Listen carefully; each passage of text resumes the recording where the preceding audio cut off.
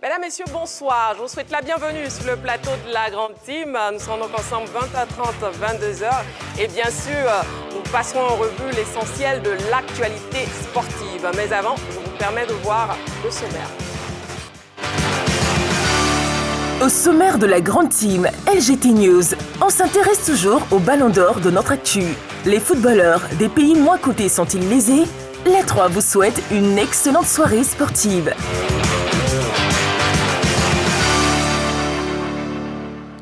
Effectivement, ce soir encore, on s'intéresse au Ballon d'Or, à la cérémonie de remise du Ballon d'Or. La question LGT est donc, les footballeurs des pays moins cotés sont-ils lésés? Vous avez la possibilité de nous appeler au 27 21 59 93 99 ou bien sûr de nous écrire sur la page Facebook de la 3. Ce soir, pour toute l'émission, donc je serai accompagnée de Yellow, de Jean-Philippe, de Dago Charles. Bonsoir, mesdames et messieurs.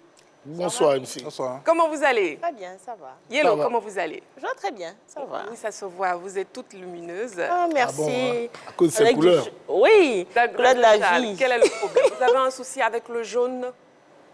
Pas seulement le jaune. Avec quoi? Le micro, la couleur du micro qui va avec. Ah ouais, c'est vrai, ça fait du jaune et noir quand même. Donc vous avez un souci avec le jaune, le jaune et noir? Non, j'aime. Ah, d'accord. Jean-Philippe et vous? Ça va. Ça va très bien? Oui. Aucun souci avec le jaune et noir? Beaucoup de soucis, mais bon, on va s'en rappeler. Bon, ça va aller. On va tenir avec le jaune et noir de Yellow.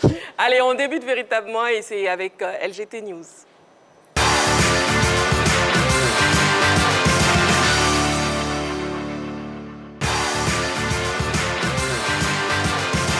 LGT News. Athlétisme, semi-marathon international du district autonome d'Abidjan. Les choses se précisent. On en sait un peu plus sur la 19e édition du semi-marathon international du district autonome d'Abidjan. Selon le site officiel de cette compétition, 25 000 personnes, dont 10 000 athlètes, sont attendues à cette course qui aura lieu le 25 novembre prochain. Ce sont au total 15 pays qui participeront à ce semi-marathon international. On annonce la présence du Togo, du Bénin, du Burkina Faso, du Nigeria, du Tchad, du Kenya, du Sénégal, de la Gambie, de la France, de la RDC, de l'Éthiopie et bien d'autres nations. 3 parcours sont au programme. Il s'agit du Fitini Marathon, long de 5 km, du Mini Marathon, distant de 10 km, et le semi-marathon de 21 km. Depuis le lancement en juin dernier, la Fédération ivoirienne d'athlétisme, dirigée par le président Kouadio Jano, est très active aux côtés des organisateurs. LGT News. Judo, distinction. Soro Tiotio, élevé au grade de ceinture noire, première dan. C'est un signe de reconnaissance. Soro Tiotio, directeur général de société, a été honoré par la Fédération ivoirienne de judo. Homme de valeur et grand soutien de la FIJDA, il a été élevé au grade de ceinture noire, première dan, de judo, ce mardi 24 octobre dernier, au cours d'une cérémonie. Il a été fait ceinture noire par le responsable de la commission des grades, maître Jean-Noël Pénavert, avant de recevoir ses attributs des mains du patron du judo ivoirien, Daboné Seydou. Touché par ce geste de reconnaissance, M. Soro Tiotio a exprimé toute sa fierté et a promis son soutien à la FIJDA en tant que patron d'entreprise, mais surtout en tant qu'individu convaincu par les valeurs du judo. Nous espérons passer une magnifique soirée en votre compagnie. Déjà, énormément merci d'être présent à chaque fois à notre rendez-vous sportif quotidien. Dans quelques secondes seulement, on pourra faire le débrief de l'AFC Champions League. Sachez que nous sommes à la 3e journée, championnat qui est diffusé bien sûr sur les antennes de la 3. On recevra aussi Guy Orlus pour Talent de demain. Mais déjà, nous passons au débrief des news de ce soir et on débute avec Yellow qui nous parle d'athlétisme. Oui, alors, sous les teignoirs depuis 2010, précisément le 4 décembre 2010, le semi-marathon international du district autonome d'Abidjan est de retour. Alors, ce seront 15 pays qui participeront à ce semi-marathon-là. Il y aura entre autres le Togo, le Bénin, le Burkina Faso, le Sénégal, la Gambie, la RDC Congo. Concernant les parcours, il y aura 3 parcours. On n'a pas encore plus de précision sur les parcours, mais ils sont catégorisés en 3 parcours, notamment le Fitini Marathon de 5 km. Je crois que c'est l'argot ivoirien Fitini. Le mini-marathon 10 km et le semi-marathon de 21 km. Il faudrait préciser que selon les organisateurs, cette édition se veut plus proche de la population et plus festive. Donc on attendra de voir le déroulé de cette édition pour savoir qui remportera le semi-marathon international du district autonome d'Abidjan. On attendra donc, Yellow. Dago Charles, avec vous, on parle d'Ousmane Diomandé, élu meilleur défenseur de septembre, du mois de septembre. Ouais, un garçon petit de talent, un garçon, franchement, j'ai vu 2 de ses matchs. À 19 ans, il fait montre d'un certain nombre de qualités franchement, qui me surprennent un peu parce qu'il allie non seulement le physique, mais c'est surtout la technique aussi. Ouais. Pour un défenseur à son âge, avoir cette place de titulaire au FC, au Sporting Club de Benfica, ça veut dire que franchement, on a déjà un très bon garçon au niveau de la défense ivoirienne. Et pour moi, on devrait pouvoir compter sur ce garçon-là dans les mois à venir. Mais profiter aussi de l'occasion pour dire merci aussi à Hamza Gamal, qui continue de nous produire depuis son Abobo natal. Voilà, ce type de pépite-là. Enfin, franchement, coucou à toi Hamza, et puis continue de bosser. Félicitations à Hamza Gamal, justement, pour son poulain, Ousmane Diomandé. Jean-Philippe. Oui, moi je vais parler plutôt du gardien de Manchester United, l'international camerounais Onana, qui a défrayé la chronique tant en équipe nationale ces dernières années qu'en club. Il faut dire que Onana avait été sorti de l'effectif du Cameroun par Rigobert Song, le sélectionneur. Ensuite, du côté de l'Ajax d'Amsterdam, il avait réalisé une magnifique performance. Il s'est retrouvé avec son ancien coach dans les perches de Manchester United sur certains buts qu'il encaissait. Et hier, lors de la rencontre de la Champions League face à Copenhague, ça a été la rédemption pour ce garçon. Il n'a pas été le seul, bien évidemment, à briller dans cette rencontre parce que, ironie du sort, Maguire, qui est également l'un des joueurs les plus critiqués de sa formation, a inscrit l'unique but pour Manchester United. Dans cette rencontre, à l'ultime instant de jeu, un pénalty était occasionné par un jeune milieu de terrain de Manchester United et on se disait que c'était pratiquement terminé pour les chances de Manchester de repartir avec les 3 points.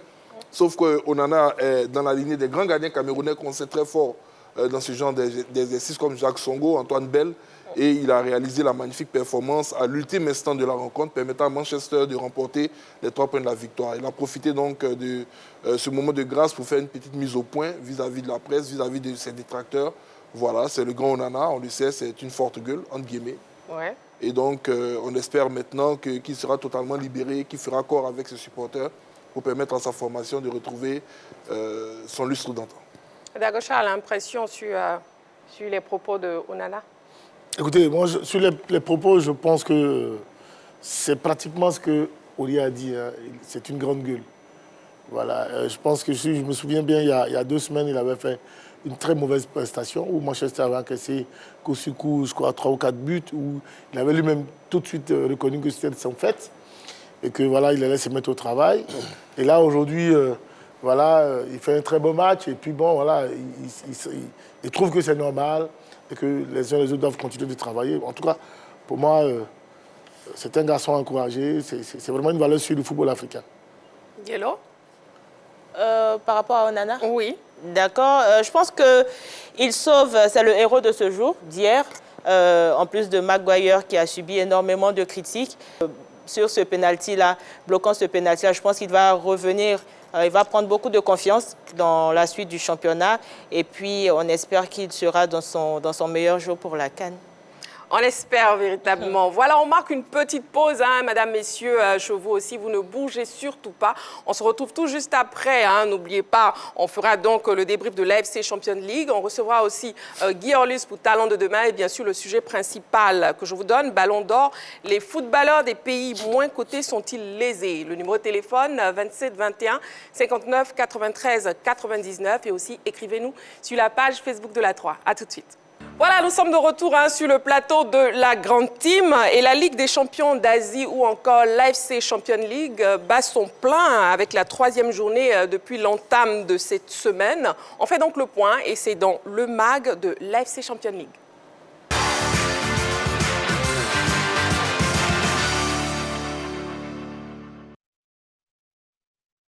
Diffusé sur les antennes de la 3, qu'est-ce qu'on peut retenir globalement de cette 3e journée? Dago Charles, vous qui étiez aux commentaires.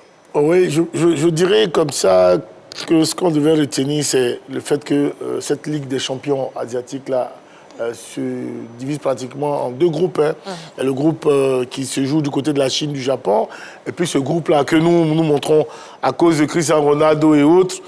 C'est le groupe voilà, dans lequel se trouve l'Arabie Saoudite, l'Iran et autres. Ce qu'on pourrait retenir, c'est vraiment la domination des clubs saoudiens au détriment, je dirais, des autres championnats, des autres nations, notamment voilà, la nation rivale. C'est beaucoup plus voilà, les Iraniens.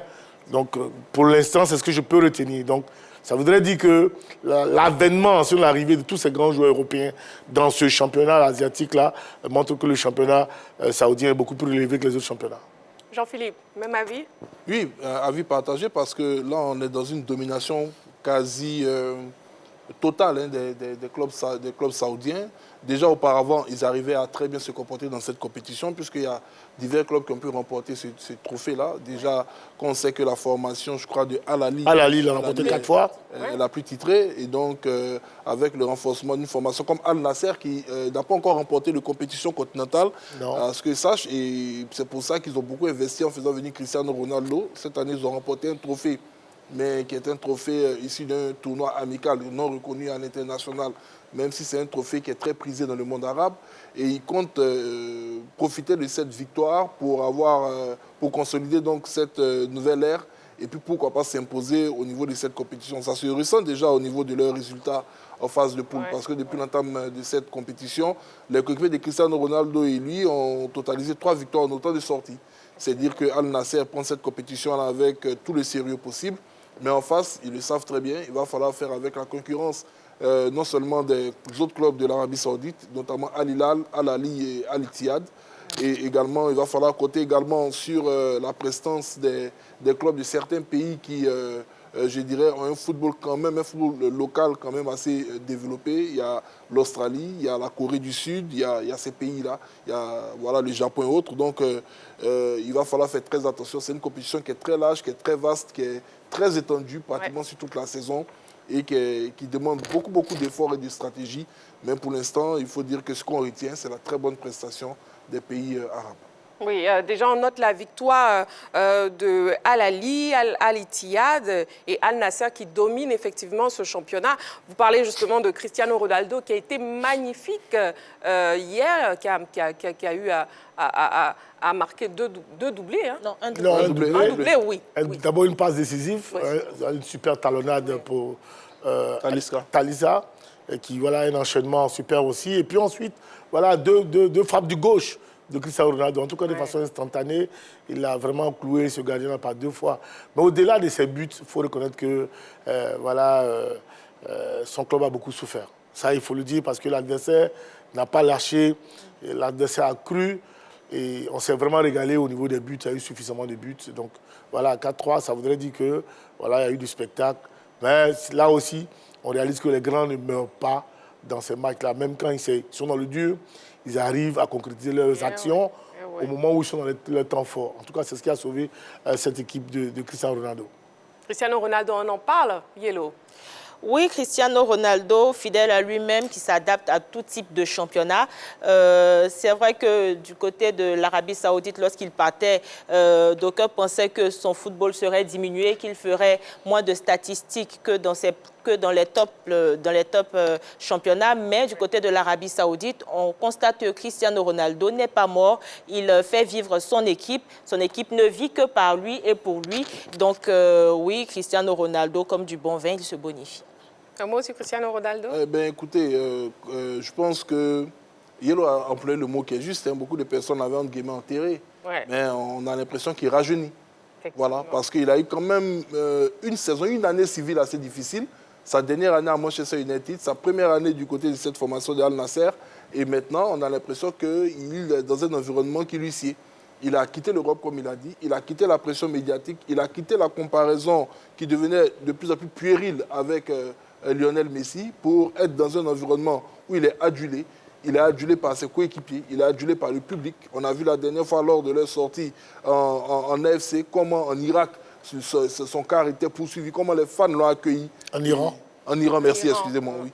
Et donc, aujourd'hui, je pense qu'il s'est retrouvé dans un environnement apaisé qui lui permet donc de rester performant. Et si pour certaines personnes, elles pourraient lier ses performances peut-être à un niveau du championnat saoudien qu'elles pourraient juger bas, Cristiano réédite quand même ses mêmes performances en équipe nationale où il ne fait qu'enchaîner des doublés et il rend encore je dirais la situation très difficile pour son sélectionneur parce que derrière on a un garçon comme Gonzalo Ramos qui a été le moteur puissant du côté du Paris Saint-Germain. Mais comment on dégage un garçon comme Cristiano Ronaldo qui a 38 ans continue à réaliser de telles performances? C'est un garçon qui est dans la même lignée que des hommes comme LeBron James qui à force de travail arrive à repousser le temps, donc à demeurer performant sur un temps encore plus long que ce qu'on a l'habitude de voir.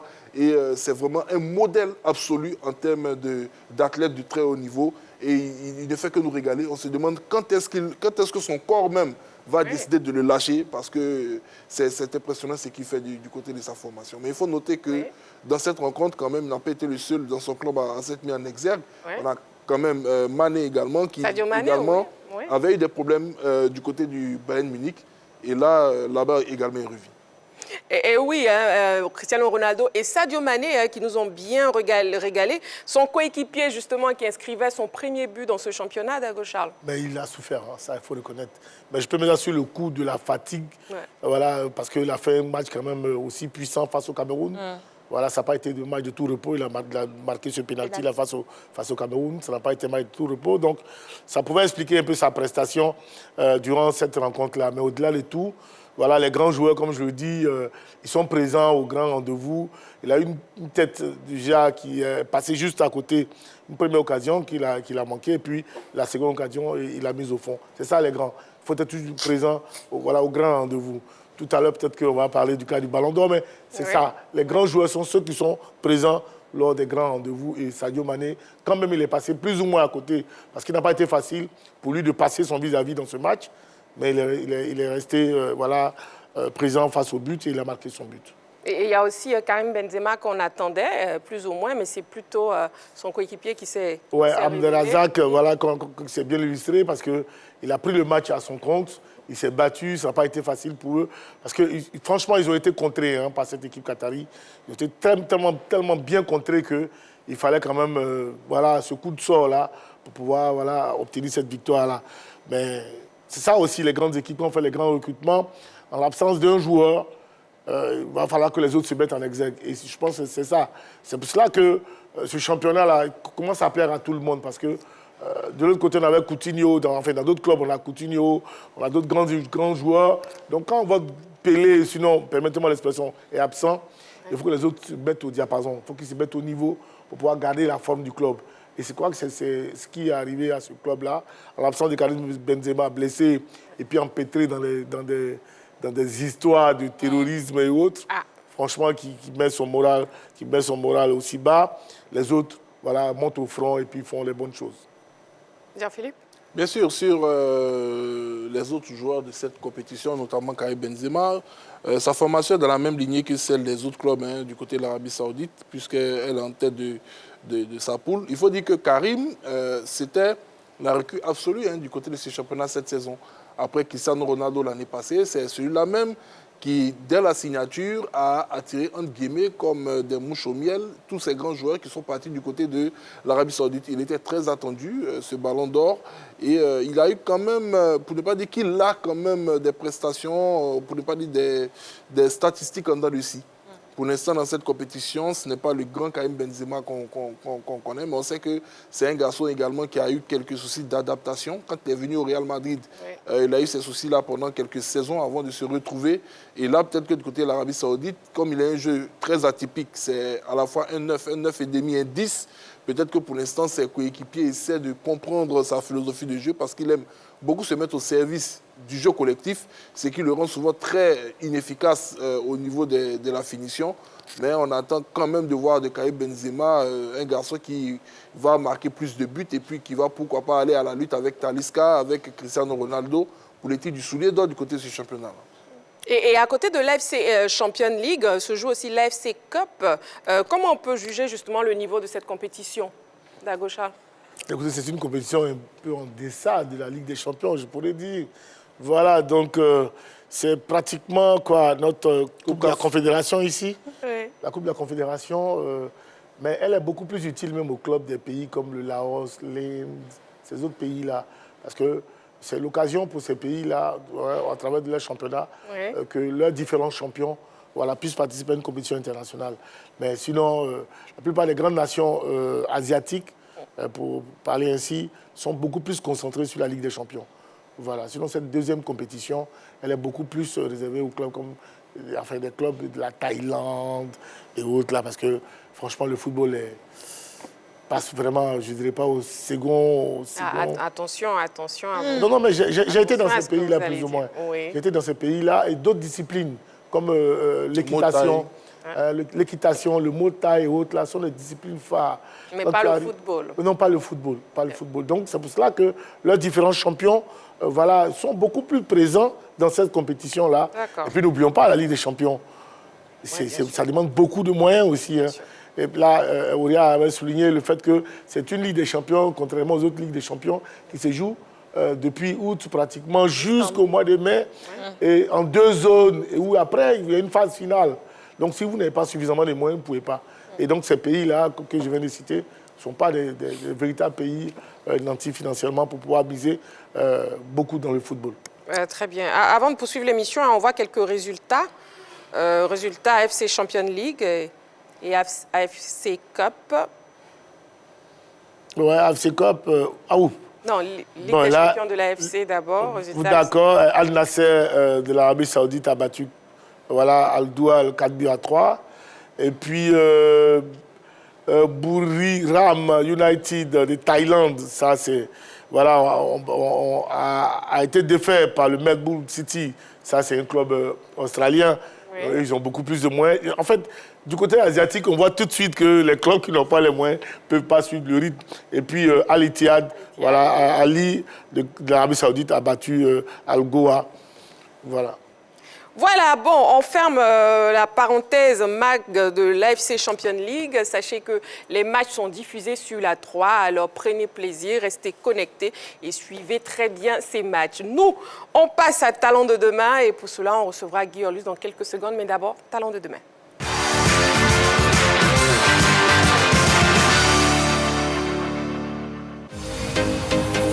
Yopougon est la commune la plus peuplée d'Abidjan avec une population estimée à plus de 2 millions d'habitants. La commune, réputée pour son identité festive, est aussi le visage d'événements sportifs valorisant le football local, dénommé Petit Poteau. Un sport pratiqué sur un rectangle d'au moins 10 mètres de long, des buts de 1 mètre carré, un terrain gazonné ou sableux avec un ballon de football. Ici, ce jeune homme, à peine 17 ans, a réussi à se faire un nom dans cette discipline. Il est une véritable star dans sa cité. Ici, Ouré Nyamaka, Andy Jaurès, connu sous le nom de Andy Neymar, joueur de grands poteaux, mais beaucoup d'hommes me connaissent en tant que joueur de petits poteaux. Plus connu sous le nom de Andy Neymar, sa notoriété s'est accrue grâce aux compétitions auxquelles il participe dans la capitale économique et les vidéos qui pullulent les réseaux sociaux, comme on peut le voir sur ces images. À Yopougon Niango à droite, c'est une véritable starlette, avant l'heure. C'est un petit que nous admirons beaucoup. Il est beaucoup aimé au quartier, même hors du quartier. Concernant le football, il a plusieurs qualités, mais l'une des qualités qui, moi, me marque le plus, c'est le fait qu'il soit à l'aise avec les 2 pieds. Moi, il me fait penser plus à Dembélé. Ils ont des similitudes au niveau de la qualité de jeu avec les 2 pieds, les percussions, les dribbles. Difficile de faire un pas sans une interpellation ou même drainer du monde.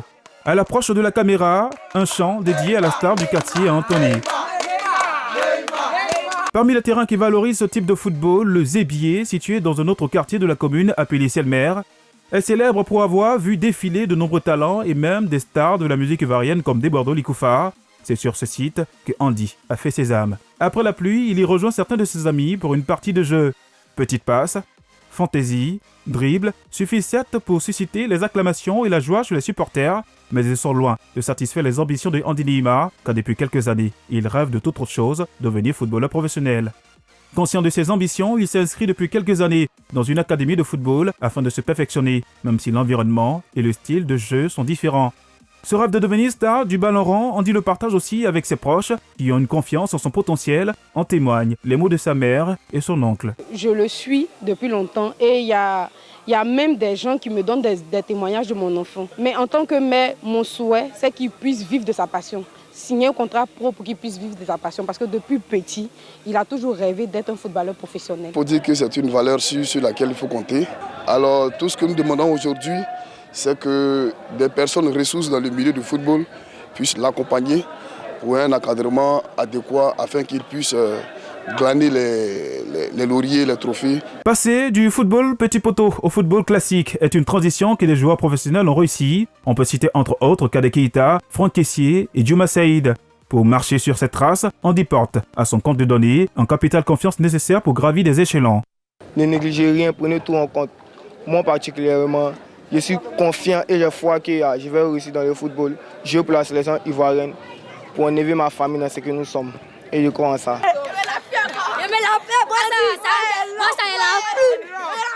Magnifique reportage et bien sûr nous a rejoint Guy Orlus. Bonsoir Guy Orlus. Bonsoir Christine, bonsoir à tous.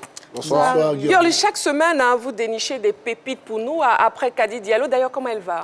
Elle se porte très bien. Et puis la bonne nouvelle, c'est qu'aujourd'hui ses parents sont très heureux de l'avoir joué au football. Aujourd'hui, les parents se ruent même à aller sur le terrain d'entraînement où elle apprend son football pour essayer de l'encourager, de la soutenir. Ils m'ont même contacté pour savoir s'il y avait la possibilité de donner un message à ces parents-là qui sont un peu réticents à l'idée de voir leur fille s'intéresser au football. Ben ça fait plaisir. Ben, félicitations. Merci beaucoup, Guy on va dire félicitations à la 3, parce que c'est grâce à la 3 que le message a pu passer. Et puis, rassurez-vous, elles sont nombreuses. C'est ces filles qui veulent aujourd'hui apprendre le football, jouer au football comme les hommes. Bah, félicitations. On voit l'impact de Talent de demain. Et ce soir, pour Talent de demain de ce soir, nous avons Andy Neymar. Déjà, c'est son vrai prénom Andy Neymar, je suppose que non. C'est le nom connu par tout le monde. Et je pense que dans l'élément, je n'ai pas pu retenir le nom. Nyamaka, je crois. Nyamaka. Bomene, c'est le nom de sa mère, Bomene. Voilà, donc c'est un talent qui a été suivi depuis quelques années. Voilà, l'année passée, c'était une des figures du petit poteau. Voilà, et il m'est venu comme ça l'idée de m'intéresser à ce profil-là, parce qu'aujourd'hui, nous sommes nombreux. Nous sommes nombreux à avoir joué au football petit poteau, parce que c'est déjà la base. Certains dans les quartiers, c'est nu-pied, souvent avec 2 morceaux de briques qui font les buts. On essaie de mesurer un peu les pas entre les buts par le nombre de pieds, 2 paires et demi, voilà. Donc, Philippe, vous jouez au petit poteau. Ils s'en souviennent tous, même le doyen d'Agochal peut... On joue au grand poteau. Malheureusement. Alors, donc, ça m'a intéressé et aujourd'hui, on a l'impression que c'est en train de prendre une autre tournure. Le football petit poteau qu'on connaissait il y a quelques années, 10 ans auparavant, qui n'était pas médiatisé. Aujourd'hui, il y a un intérêt pour ce football. Mais il y a certains jeunes qui espèrent un jour quitter le monde du petit poteau pour s'intéresser au football classique et pourquoi pas devenir des footballeurs de renom. Mais pour l'instant, Andy Neymar, dans quelles conditions il arrive à réaliser son rêve? Parce que c'est un rêve pour lui. Il m'a fait savoir que depuis 2 ans, il évolue dans un centre de formation. Je vais taire le nom pour ne pas faire de publicité. Voilà, et puis, il a même suivi une formation du côté du Bénin. Son centre de formation lui a permis de sortir de la Côte d'Ivoire et puis aller du côté du Bénin. On a eu des images là sur un terrain de football, grand terrain, en train de s'adapter à ce football-là. Voilà, donc c'est dans ces conditions qu'il se prépare. Et lorsqu'il arrive en Côte d'Ivoire, il est toujours en contact avec le centre de formation et puis il se permet d'aller dans des salles de gym pour se préparer, pour travailler ses muscles. Il y a 2 ans, ce n'était pas ce physique-là qu'on avait. Okay. Il était un peu, pas trop en forme. Mais aujourd'hui, on a un Neymar qui est un peu avec du volume. Voilà, donc je pense que c'est une adaptation. Bah, bonne chance à Andy Neymar. Ouais. Et on a eu écho, comme quoi la pluie s'est invitée au tournage. Finalement, comment vous avez pu réaliser ce tournage? Oui, ça, ce sont les aléas du métier et puis c'est la période. Pas plus tard que hier, on a eu une forte pluie à Abidjan, à Boisseau, à Beaunois. Et c'est le moment. Et je pense que sur le terrain, nous n'avions pas prévu la pluie. On était obligé de demander à faire plusieurs reprises. Et puis à un certain moment, on était obligé de faire avec, se mettre sous la pluie et de filmer. Et puis ce qui est intéressant avec le petit poteau, c'est qu'on peut jouer sous la pluie. Sous la pluie, après la pluie.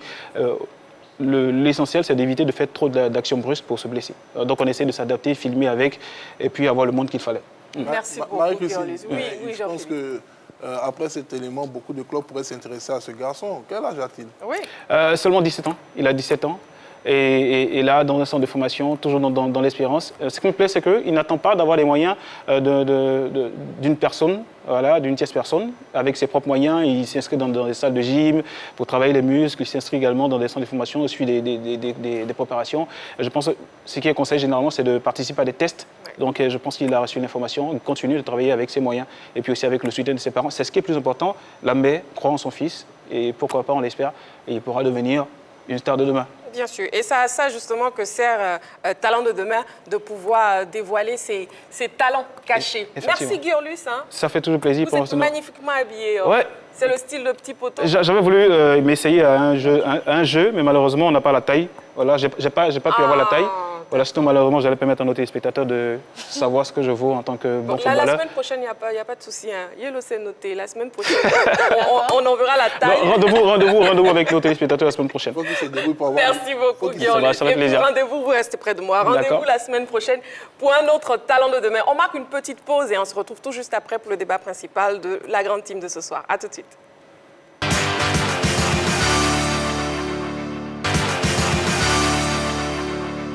Toujours un plaisir d'être en votre compagnie et ce jusqu'à 22h. Nous serons ensemble pour ce mercredi et déjà nous passons au sujet principal. Ballon d'or, les footballeurs des pays moins cotés sont-ils lésés? C'est dans l'actu.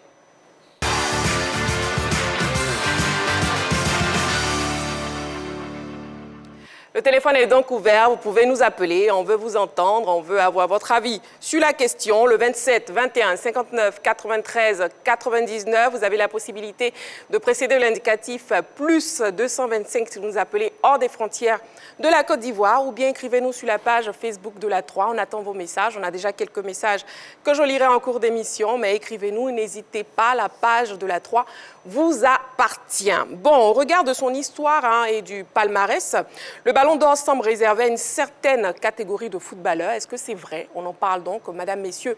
Tout de suite, je vous demande de prendre vos panonceaux et de me répondre. Est-ce que les footballeurs des pays moins cotés sont lésés? Oui ou non? Non, Jean-Philippe, oui, Yellow, et non, Dagochal. Dagochal, pourquoi non? Ils ne sont pas lésés pour la simple raison que je pense qu'on parle des championnats. Je pense parce que quand on donne le titre de Ballon d'or, c'est en fonction du... Aujourd'hui, le top du football, c'est la Ligue des champions européenne. Voilà. Et donc, si tu ne joues pas dans ces clubs-là, je ne dirais pas 5, mais c'est tout comme les 5 grands championnats en général. Aujourd'hui, ce n'est pas évident que tu puisses gagner la Ligue des champions. Tu puisses gagner le Ballon d'or parce que ce sont les joueurs du Real, de Liverpool, de Chelsea, ce sont ceux-là qui... Non, mais déjà, excusez-moi de vous couper, Dagochal. Déjà, en fait, pour faire une précision sur la question, c'est les footballeurs, en fait, d'origine des pays moins cotés. Par exemple, est-ce que quelqu'un comme Sadio Mané, qui vient du Sénégal, a plus de chances de gagner devant quelqu'un comme Lionel Messi? C'est ça, en fait, la question. Ça revient au même. Hein. Pour moi, ça revient au même. Que tu viennes du Sénégal, mais si tu ne joues pas la Ligue des Champions et que le Sénégal ne joue pas la Coupe du Monde, quel que soit ton talent, ta valeur intrinsèque, tu ne gagneras pas le Ballon d'or. Ça, pour moi, c'est une évidence. C'est vrai que Georges Weah a gagné le Ballon d'or en tant que Libérien, alors que le Libérien n'est pas une grande nation de football du côté africain. Mais Georges Weah était du PSG, était allé au Milan AC, où il avait tout gagné avec le Milan AC, pratiquement. Et donc, peu importe le pays dans lequel tu te trouves, mais ce qui est le plus important par rapport à ce que j'observe, ce sont vraiment les championnats dans lesquels vous évoluez là qui sont les plus importants, dans un premier temps. Ensuite, la Coupe du Monde, la présence de ce joueur-là à la Coupe du Monde. On a vu ce que la Coupe du Monde a apporté, par exemple, comme un pays comme le Togo, avec la présence d'Emmanuel Adebayor, qu'on connaissait certes déjà comme grand footballeur, mais le retrouver en Coupe du Monde, c'est une autre plus-value que la Coupe du Monde apporte à ce garçon-là. D'accord. Donc, pour moi, peu importe ton pays, mais si tu n'es pas... si tu ne joues pas à la Ligue des Champions régulièrement, tu n'es pas présent dans les grands clubs européens, c'est pas évident que tu gagnes un jour le Ballon d'or. D'accord. Jean-Philippe. Je pense que même avec la reformulation de la question, les deux sont intrinsèquement liés. Okay. C'est-à-dire l'élite au niveau du football mondial, en matière de club, c'est l'Europe. Et il est évident qu'ils vont toujours prioriser les athlètes de leur continent qui suivent une formation adéquate sur leur continent par rapport aux athlètes venant des autres continents. C'est vrai qu'on a de plus en plus de joueurs africains d'origine, mais qui ont la nationalité européenne, qui se forment dans ces différents centres de formation et qui ressortent. On a l'impression que chaque je dis peuple, a une compréhension différente des divers aspects du football. Par exemple, on estime que les joueurs africains ont un déficit au niveau de la formation tactique. Donc quand ils arrivent du côté de l'Occident, cela se ressent rapidement dans l'assimilation comme on appelle, du style de jeu des équipes. Alors que les Occidentaux sont formés dans ce moule-là pour une fois arriver en équipe senior, ce sont des efforts répétés, ça devient naturel pour eux. Donc c'est en fonction de cette manière de jouer, de cette manière de réfléchir, qu'ils sont appréciés aussi, qu'on apprécie leurs valeurs. Quand on regarde aujourd'hui, il y a de moins en moins de joueurs, je ne vais pas dire techniques, mais comme on les appelle, le style de Ronaldinho et autres, des garçons fantasques à même de faire la différence seuls au cours d'une rencontre. Ils se raréfient, surtout au niveau de la scène européenne. Okay. Ce sont des garçons qui viennent généralement du continent africain, qui viennent du continent sud-américain. Mais tous ces garçons-là, aujourd'hui, ont eu une évolution dans leur formation, européanisée. Donc, ça fait que quand ils rentrent, ils deviennent aussi des joueurs au format, je dirais, anonyme. Donc, comment on fait pour pouvoir les dissocier des joueurs occidentaux? Il a parlé du Georges Weah. Weah, c'était un joueur absolument complet, bon de la tête, technicien, physique, rapide. Il avait, ça dit que dans toutes les cases, il cochait tout, comme on appelle, en termes d'excellence. Et l'année où il remporte ce ballon d'or, si on contextualise l'année, c'est une année où il n'y a pas de grandes compétitions internationales. On se focalise sur ce qui se passe sur le continent européen. Il a dominé partenaires et adversaires et on ne pouvait pas faire autrement.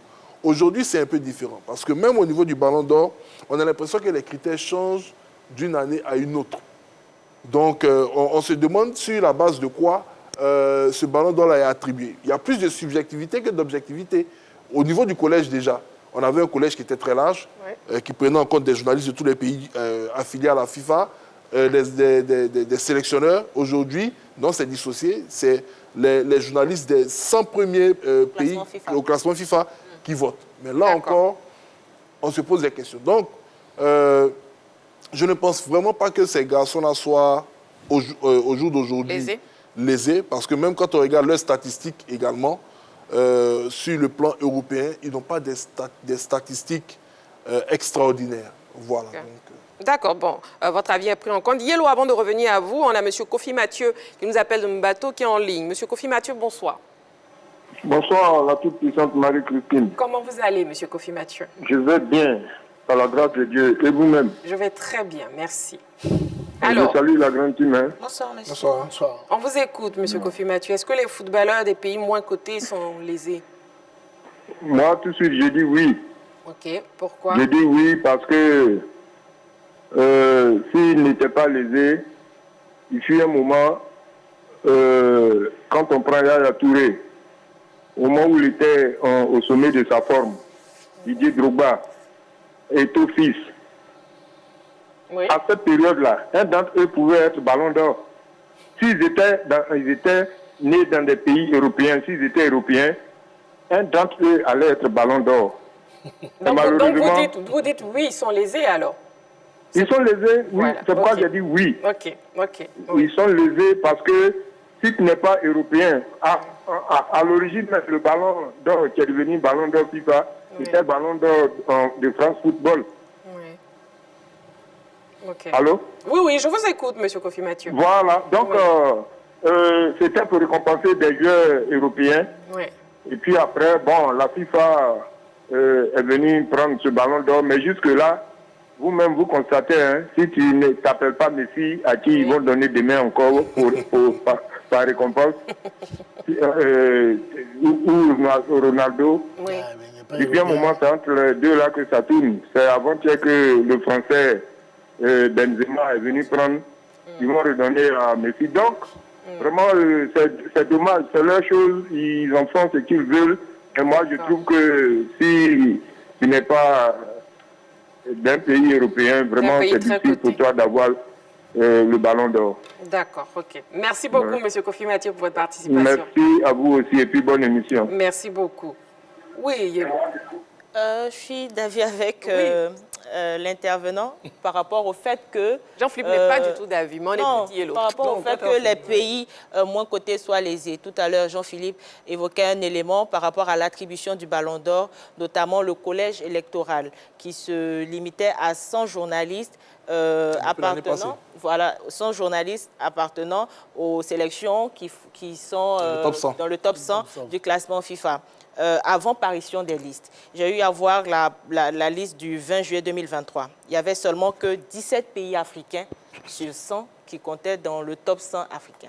Alors, on imagine que ces 17 pays-là voteront pour... Ils ne votent même pas pour les Africains. Voilà, voteront... Quand j'ai dit, on imagine que ces 17 représentants votent pour le représentant africain. On serait moins du quart de vote sur 100. C'est pour dire que moins on est représentatif dans le top 100 du classement FIFA, moins on aura la cote et on sera lésé, je parle des Africains, seront lésés dans l'obtention du Ballon d'Or. Ensuite, tout à l'heure, Dago Charles parlait d'autres facteurs qui pourraient intervenir, notamment l'appartenance au club et au championnat. Si tu fais partie d'un club moins coté et d'un championnat moins coté, il est évident, et en plus que tu sois africain, il est évident que tu ne compteras pas que tu ne seras pas Ballon d'Or. C'est vrai qu'il y a eu Georges Weah, ils ont parlé des facteurs qui ont milité pour que Georges Weah soit le seul et l'unique Africain jusque-là, quoi qu'on aurait pu avoir d'autres places étant Ballon d'Or. Effectivement. Rappelons que la cérémonie de remise du Ballon d'Or sera retransmise en direct sur la 3 ce lundi 30 octobre à partir de 18h. Oui, Jean-Philippe et Dago Charles, vous n'êtes pas du tout de même avis que l'intervenant. Dago Charles d'abord. Oui, j'ai souvent... Sinon, très souvent entendu ces comparaisons-là. Si Yaya Touré était européen, si Didier Drogba était européen, mais il ne serait pas Yaya Touré. Il s'appellerait certainement Paul Henry. Donc le débat n'a pas... Non, c'est pas là, soyons sérieux. Quand on prend l'exemple, par exemple, d'un garçon comme Samuel Eto'o, c'est vrai, le Pichichi, il avait tout gagné du côté de l'Europe. Mais l'année, là, il y a une année Coupe du Monde, l'effet Coupe du Monde compte. Quand on prend l'exemple de Sadio Mané, il gagne la Coupe d'Afrique, il gagne tout à Liverpool, il est numéro 2 mondial. Mais il est numéro 2 mondial devant qui? Celui qui a fait l'unanimité. Auréa parlait de Benzema. Est-ce que c'est parce qu'il est africain qu'il a fini numéro 2? Non. Tout le monde a vu que c'était Benzema qui mettait... Mais il n'était pas loin de lui. Donc, ce n'est pas parce qu'il est sénégalais, on est africain. Je ne crois pas. Moi, je ne crois pas à cela. Mais c'est surtout les clubs dans lesquels tu joues. C'est pour cela que je ne suis pas d'accord pour le Ballon d'Or africain qui est décerné à un footballeur qui joue en Europe. Okay. Parce qu'on ne peut pas comparer à Touré en son temps, qui joue à City. On peut le comparer à un joueur qui joue à la SEC Mimosa, qui joue la Ligue africaine. Vous comprenez, la Ligue des champions africaine ici. Ouais. Ce n'est pas possible. Ceux qui jouent en Europe, dans les 3 meilleurs championnats européens, seront toujours les ballons d'or africains. Voilà. Donc, si c'est à ce niveau-là, je suis d'accord. Mais pour le ballon d'or mondial, il faut reconnaître que le Gotha, sinon la meilleure plateforme du football au monde aujourd'hui, c'est la Ligue des champions. Donc, on voit le niveau, regardez les pays qui remportent la Coupe du Monde. Quand tu regardes, même quand tu prends les meilleures performances de la Côte d'Ivoire, depuis 2006 jusqu'à 2012, on avait au moins 5-6 joueurs qui jouaient Ligue des Champions. Quand on prend cette équipe nationale-là, c'était au moins 6 ou 7 joueurs qui jouaient Ligue des Champions. On voit la performance des footballeurs africains, des footballeurs ivoiriens sur le plan continental. Donc si tu ne joues pas la Ligue des Champions, tu peux être pétri de talent, mais ça va rester dans un petit cocon là et ça ne va pas aller quelque part.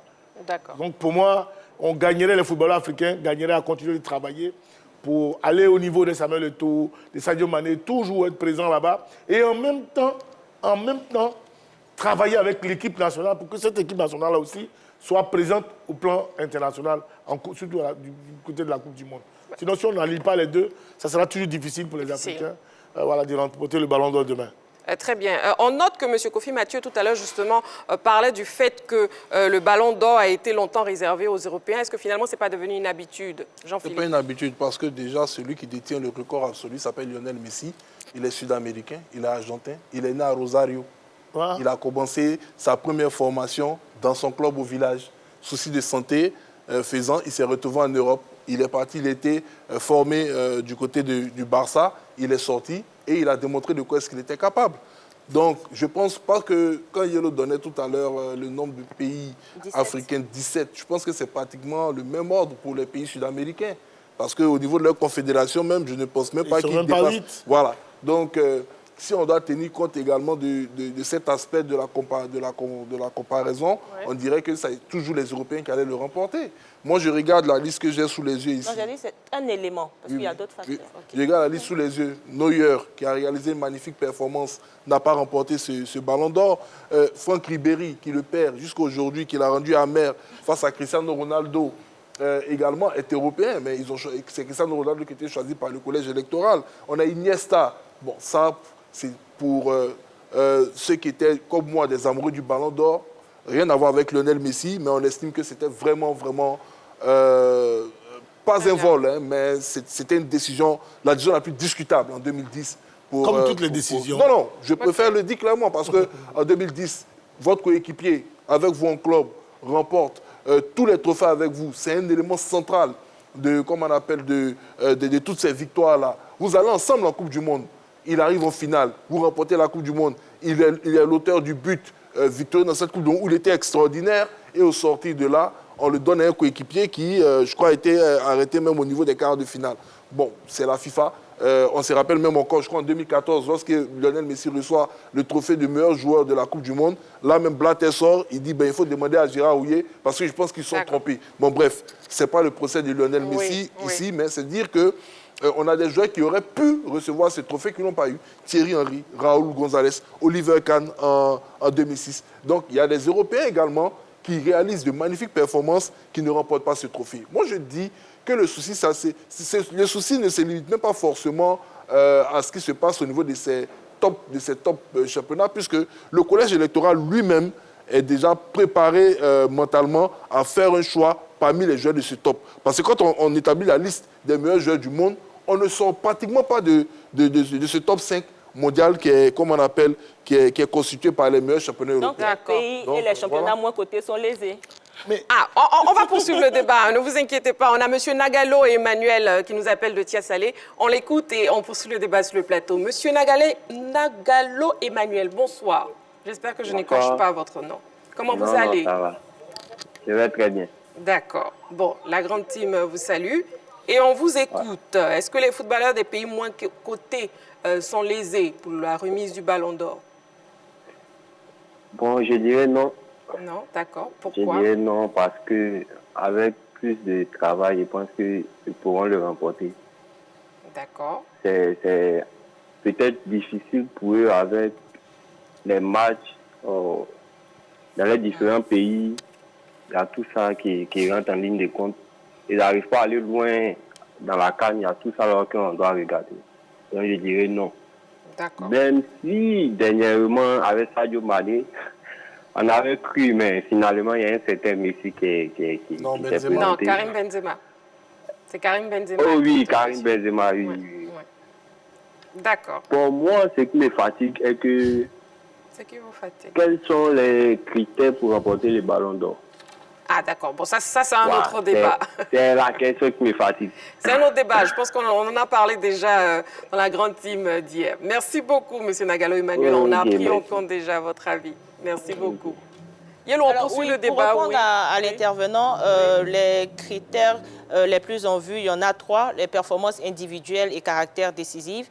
Les performances collectives et palmarès. Et le 3e critère, classe et fair play du joueur. Donc voilà les 3 critères qui sont le plus en vue dans l'attribution du Ballon d'Or. Voilà, j'espère que vous avez votre réponse, hein, M. Nagalo. Oui, Dago Charles. C'est surtout le caractère décisif. Oui. Sincèrement, parce que un joueur peut avoir beaucoup de performances. Vous voyez, un garçon comme Georges Weah, enfin, c'est plus un garçon, parce que c'est un aîné, il est président de la République. Effectivement, oui. Voilà, bon, comme on est un tout footballeur, bon, quand on prend un monsieur comme Georges Weah, il n'a pas gagné trop de trophées. Mais pourquoi il a pu, de par ses performances, rassembler tous les ballons d'or, que ce soit sud-américains, asiatiques, européens, africains? Parce que l'année 94-95, c'est ça, hein, si ma mémoire est bonne, franchement, sur la planète foot, il n'y a pas quelqu'un qui a fait mieux que lui. Vous voyez, donc pour moi, simplement parce que Georges Weah marquait des buts décisifs. Et c'est ça. Et généralement, quand on voit les ballons d'or, attribués à Messi ou à Cristiano Ronaldo, on fait un peu trop, on ne fait pas allusion à cet aspect-là que Yolo vient de souligner. Le palmarès, c'est vrai, les performances du joueur, mais avec son caractère décisif. Ça, c'est très important. Et je suis sûr que c'est ce caractère-là qui va certainement faire de Messi le ballon d'or demain. Parce qu'il a été vraiment décisif à des moments donnés par rapport à ces deux postulants. Parce que quand tu prends Haaland, il a des stats stratosphériques, on est d'accord, mais il n'a pas été décisif dans les finales. Voilà, en finale de Coupe d'Angleterre, il n'était pas présent. Dans les matchs décisifs de Ligue des Champions, il n'était pas présent. Donc tout ça, les uns et les autres regardent. C'est ce qu'on regarde et puis on trouve que Messi, à un moment donné, donc franchement, et c'est pour cela que des garçons comme Eto'o et autres auraient pu avoir ce ballon d'or. Et justement, vous faites bien de parler d'Eto'o et autres, on en parle même tout de suite, mais déjà, prenons l'appelant, hein, M. Diomandé Mamadou qui nous appelle de Sipilou. M. Diomandé Mamadou, bonsoir. Ma cuisine. Oui. Bonsoir, ma belle. Bonsoir, M. Diomandé Mamadou. Je suis à la table. Bonsoir. Bonsoir. Salut. Bonsoir, Diomandé. Ça va très bien, grâce à toi. D'accord. On vous écoute, hein, M. Diomandé Mamadou. Maxime. Oui. D'abord, je réponds sur le cas de Lionel Messi. Si Lionel Messi jouait en championnat sud-américain, jamais David a remporté la coupe Ballon d'or. Donc, ce trophée, là, Ballon d'or. Le Ballon d'or. Et vraiment, il y a un article qui est mis autour de ce Ballon d'or-là qui favorise les plus natifs. Quand la politique de ce Ballon d'or vient, quand tu es africain, je crois qu'au moins c'est pas football. On n'a pas bien reconnu, mais vraiment, on a eu son talent en Europe. Vraiment, pas football. Et qu'il y a un siècle, moins il a dit. Maintenant que j'ai le monde maintenant qui déclare ce ballon d'or-là, il y a la politique de favoritisme. C'est que bon, là, le cas qu'on va avoir tous les mal là. Quand on donne le trophée à l'homme Messi, on dit parce qu'il a fait performance en Coupe du Monde. Alors que le plus performant, c'était le joueur, il vient Paris Saint-Germain là. Oui. Qui était le plus performant.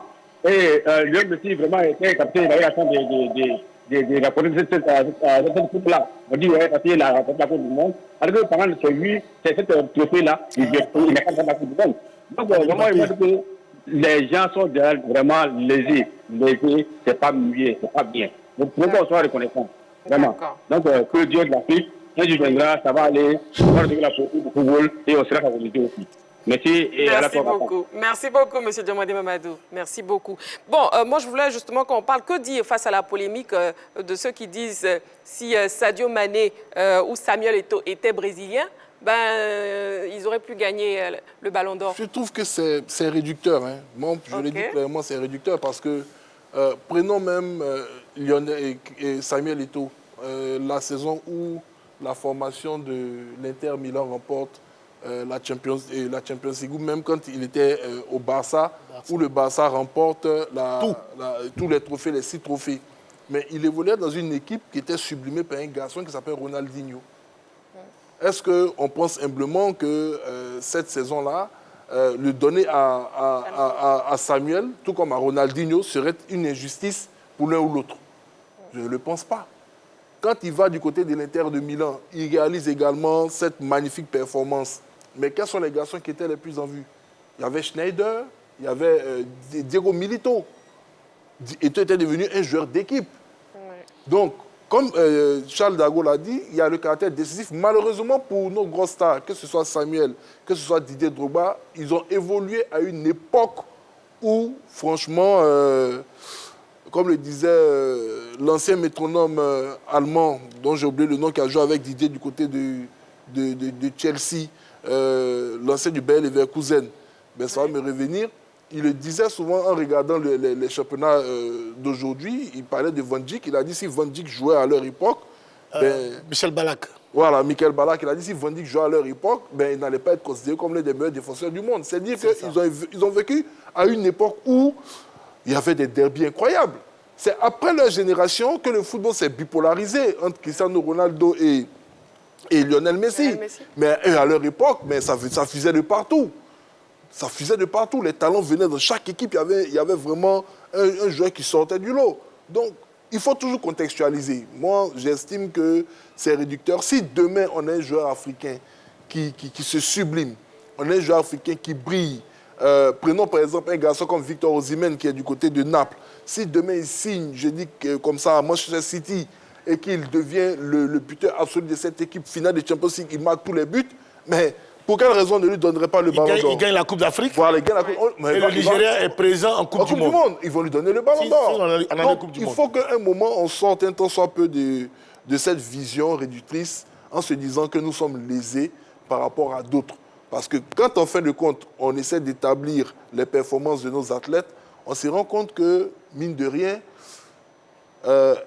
il leur manquait peut-être un petit truc pour leur permettre de se retrouver, comme on appelle, à la tête. Donc moi, je ne pense pas qu'il y ait donc, je dirais, une injustice à ce Une injustice, d'accord. Bon, sortons de l'Afrique. Hein. Si on sort du continent africain, l'exemple palpable, Haaland. Déjà, on a Haaland, Kylian Mbappé qui sont bien en vue pour ce ballon d'or. Mais par contre, c'est Lionel Messi qui reste plébiscité. Haaland ne joue pas de Coupe du Monde. Kylian Mbappé... C'est un crève-cœur parce que je pense que celui qui aurait pu prétendre à remporter ce ballon d'or, c'est Kylian. Kylian perd une finale de Coupe du Monde où durant toute la compétition, il était stratosphérique, il était magnifique. Mais sauf que c'est vrai, quand on regarde les statistiques, on se dit Lionel Messi qui a annoncé grand vainqueur ne mériterait pas de remporter ce trophée. Mais c'est un peu comme le cas de Yaya Touré ici en 2015. Quand Yaya remporte la Coupe d'Afrique des Nations, il avait été 4 fois meilleur joueur africain sans remporter ce trophée. L'année où il remporte ce trophée, le président Issa Hayatou, de manière incroyable, trouve le moyen, la parade de remettre ce trophée-là à Pierre-Emerick Aubameyang. On s'est dit automatiquement, c'est parce qu'il ne voulait pas qu'un Ivoirien soit le joueur le plus titré sur le continent. Parce qu'il y aurait dépassé Samuel Eto'o. Mais ça, c'est une... comment je puis dire, c'est ton approche. Voilà, c'est une approche un peu sentimentale. Donc, quand on regarde aujourd'hui Lionel Messi, qui a remporté 7 ballons d'or sans remporter la Coupe du Monde. Et l'année où il remporte la Coupe du Monde, ou quand le vieux il était décisif, on va nous dire que non, on ne lui remet pas ce trophée. D'accord. Je pense que c'est le trophée pour clôturer son beau passage en Europe. C'est son trophée pour la retraite. Non, mais parce qu'en MLS, il ne peut plus remporter. Non, ce que je dis, bon, ça, c'est ce que vous dites. Bien parlé, le caractère. Mais c'est la fin. D'accord, Charles, un instant, s'il vous plaît. On a M. Kadio qui nous appelle de Hongrie. On l'écoute et on reprend le débat. Monsieur Kadio, bonsoir. Bonsoir, madame. Bonsoir, la grande team. Bonsoir, monsieur. Bonsoir, monsieur Kadio. Comment vous allez? Oh, je vais bien. Et chez vous? Je vais très bien, merci. Bon, on vous écoute. Monsieur Dago-Charles, on vous salue. On vous écoute, monsieur Kadio. Bon, moi, je pense qu'il y a un intervenant qui a... Bon, sur le plateau, je ne connais pas son nom, qui avait dit quelque chose qui est très important. Et qu'au temps des choses de Samuel Eto'o, il y avait des grands joueurs comme les Ronaldinho, qui étaient vraiment des cadres de l'équipe. Ouais. Cadres de l'équipe. Voilà. Par exemple, en Côte d'Ivoire, ici, on ne peut pas dire que dans l'équipe des éléphants, l'équipe dorée, on ne peut pas donner un trophée, je ne sais pas de nom, à un autre joueur qui a Didier Drogba. Donc c'est ça, parce qu'à l'intérieur, Samuel Eto'o jouait latéral. Puisqu'en attaque, il n'avait pas de place. Donc il était devenu un joueur quelconque. Donc moi, je pense que le championnat joue beaucoup dans l'attribution des ballons d'or. C'est ce que M. Dago-Charles avait dit. Voilà. Parce qu'au fait, c'est 100 choses comme il y a un collège de votants. Et ce sont eux qui désignent le ballon d'or. Donc moi, je ne pense pas qu'il y ait un Africain qui a été lésé. Parce que l'année 2014, C'est l'année que la FIFA a récupéré le ballon d'or. Oui. Et l'année-là, le Brésil avait remporté la Coupe du Monde. Et le Brésil avait remporté la Coupe du Monde. Mais en finale, l'Italie avait, le Milan AC avait gagné le Barça 5-0. Oui. Donc du coup, ça privait Romario du ballon d'or. Parce que le Milan AC, il y a un gars comme un homme comme George Weah qui jouait dans l'équipe, hein, qui a infligé les 5-0 à Romario. Oui. Donc souvent, laissons cette histoire de partisans pour dire que j'aime ce joueur-là, il faut qu'il soit le ballon d'or. Non, c'est des qualités. On a vu comment l'Arabie Saoudite a gagné l'Argentine. Tout le monde disait que l'Argentine était déjà éliminée. Oui. Hein? Donc,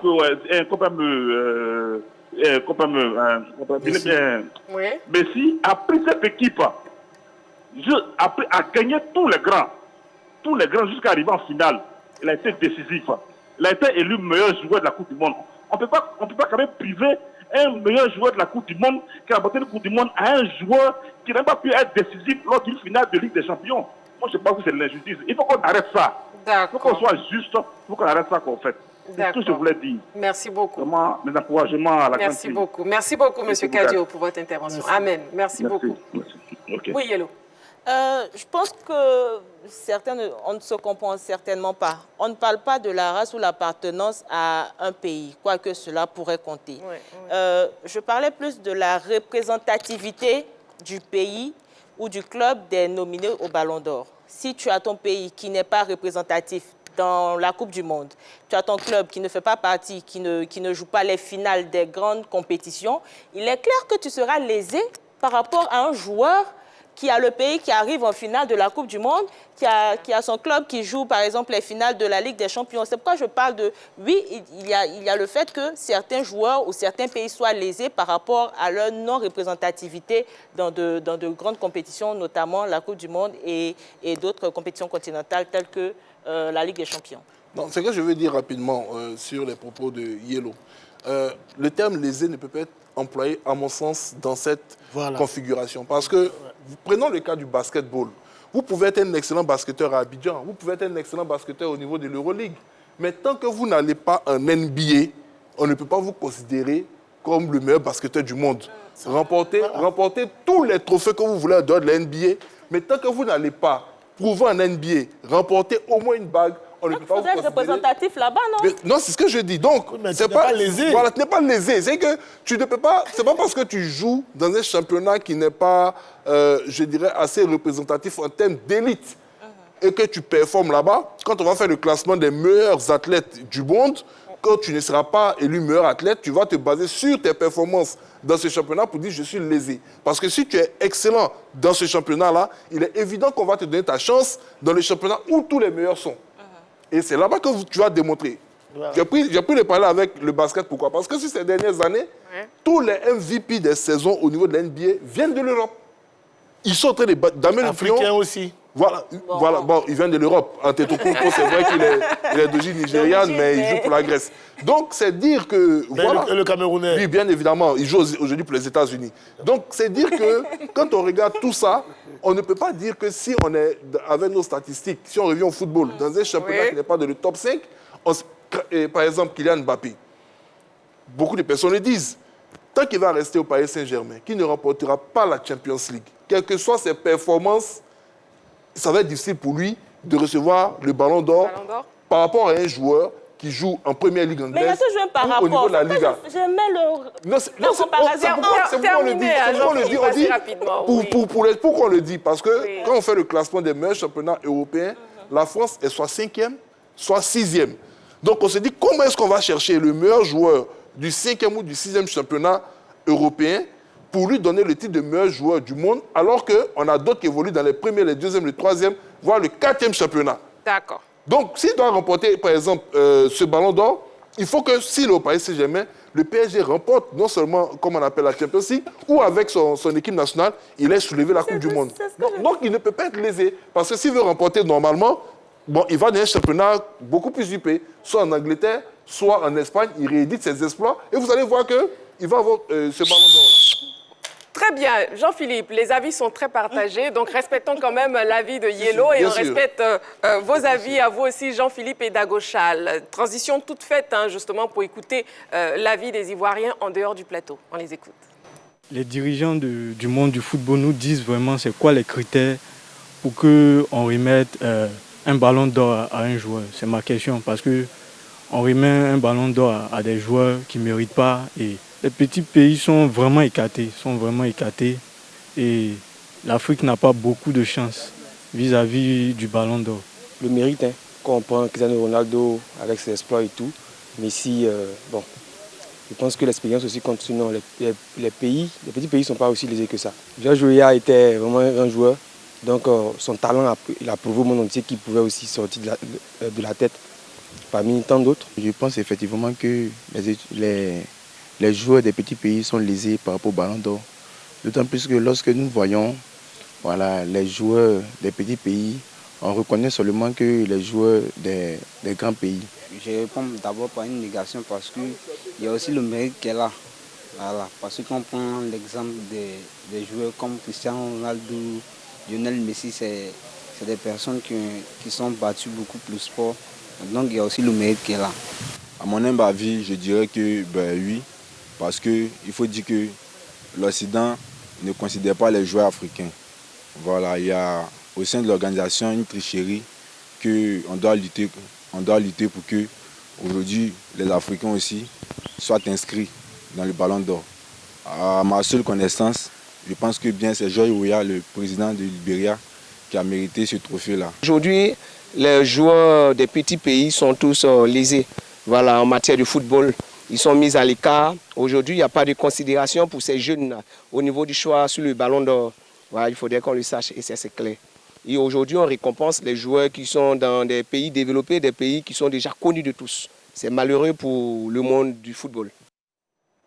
Voilà, les footballeurs des pays moins cotés sont-ils lésés? Nous avons eu tous vos avis ici sur le plateau et aussi en dehors du plateau. Rendez-vous surtout le 30 octobre sur la 3 en direct à partir de 18h pour savoir qui remportera le Ballon d'Or cette année. Si vous nous prenez en marche, on vous permet de revoir les news et c'est dans LGT News.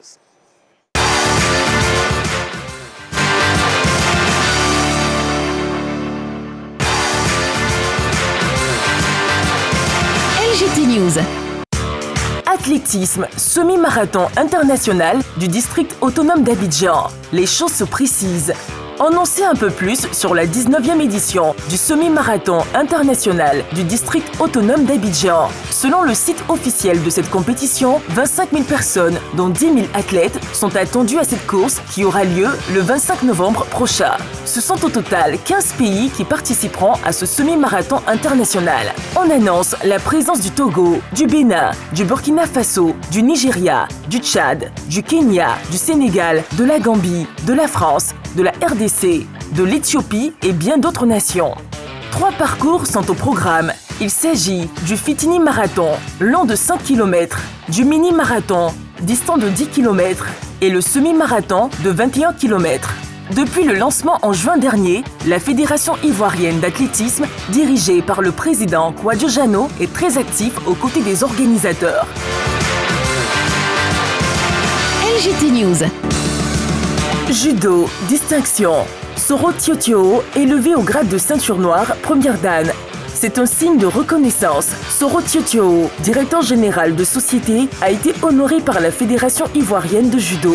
Homme de valeur et grand soutien de la FIJDA, il a été élevé au grade de ceinture noire, première dan, de judo, ce mardi 24 octobre dernier, au cours d'une cérémonie. Il a été fait ceinture noire par le responsable de la commission des grades, maître Jean-Noël Pénavert, avant de recevoir ses attributs des mains du patron du judo ivoirien, Daboné Seydou. Touché par ce geste de reconnaissance, M. Soro Tiotio a exprimé toute sa fierté et a promis son soutien à la FIJDA en tant que patron d'entreprise, mais surtout en tant qu'individu convaincu par les valeurs du judo. Ça te permet de t'améliorer, de rester focus, a-t-il déclaré. LGT News. Italie, ça chauffe entre Naples et Osimhen. Victor Osimhen et Naples sont encore loin d'avoir trouvé un accord pour une prolongation du contrat de l'international nigérian. À en croire le journaliste italien Gianluca Di Marzio, les négociations semblent tendues entre les deux parties et les termes du renouvellement du contrat de Victor Osimhen ne sont pas encore conclus. D'ailleurs, Di Marzio évoque des doutes sur les possibilités de prévenir à un accord dans le futur entre le club napolitain et son attaquant de 24 ans. Vrai ou faux? On devrait en savoir davantage sur cette...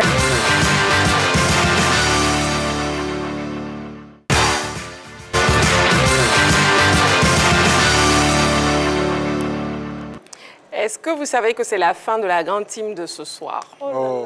Bah oui, le temps passe très vite. Quand on est en votre compagnie, 90 minutes, c'est pas assez, hein, n'est-ce pas, Dagochal? On devrait augmenter. Hein. 3h30, ce serait bon, non? C'est pas bien.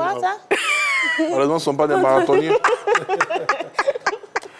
Bon, voilà, mesdames, messieurs, c'est la fin de la grande team de ce soir. Mais on poursuit l'émission demain. Hein. Demain, on se retrouve toujours en direct 20h30 sur la 3. Yellow, merci beaucoup. Merci, Marie.